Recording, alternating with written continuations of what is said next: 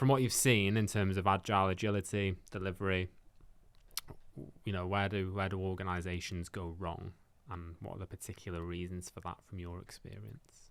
So my experience is predominantly in the public sector, and this linking back to user-centred design, right, where I see projects fail or the most tension created in teams is, maybe it's different in government because they've got legislation to implement or policy, but they will build a set of requirements based purely on business need that an architect and a BA and some techies have gone and developed, and then chuck it over the fence to a digital user-centred design team to go and build, and immediately there's tension because the user need doesn't match the business. Yeah.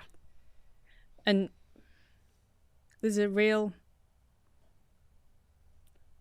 frustrating tension that so one of the roles I held as a consultant for Opencast was on the strategic leadership team for HMRC, and I worked in the Making Tax Digital portfolio. So I had 15 digital teams, I think, all doing different parts, different features within Making Tax Digital.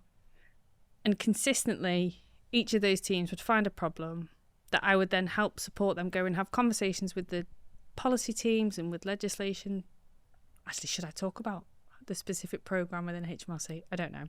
But anyway, I would take these teams' concerns and issues and work with them and their product managers to go and speak to the portfolio, who couldn't listen because the amount of investment they'd made up front in building those requirements and getting them signed off, it might have been a 12-month process, which cost millions. Yeah. To land at a team to go and deliver it, what they saw as the end piece, like 6 months work, they're never going to back down on that £1 million they've spent. They're never going to accept that they've done it wrong. They're never going to accept the risk that they shouldn't have done it that way. It's so frustrating.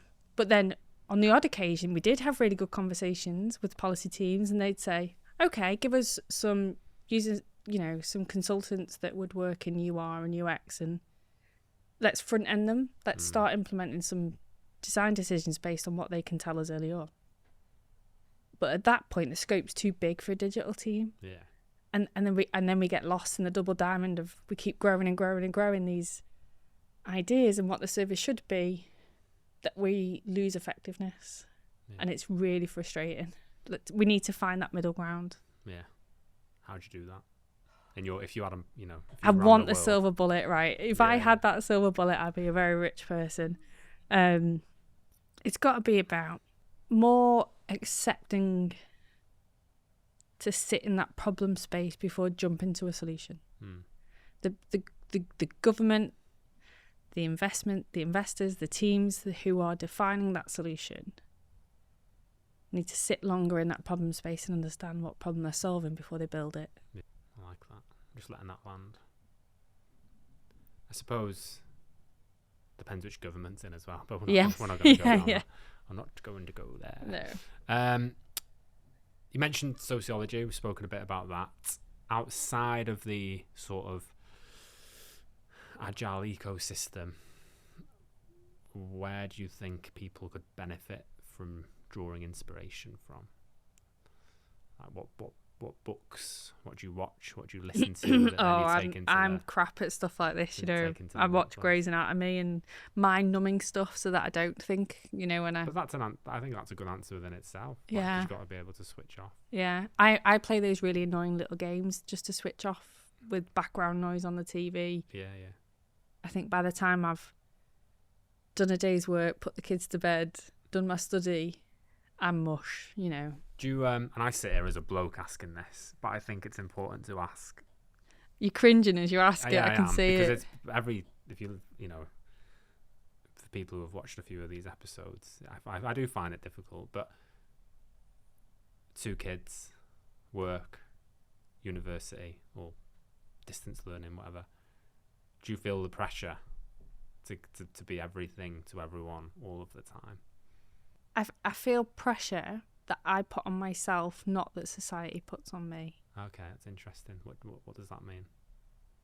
I don't feel like I'm going to let anybody else down if I don't do those things. Okay, that's good. I'm doing these for a place of, find it quite interesting.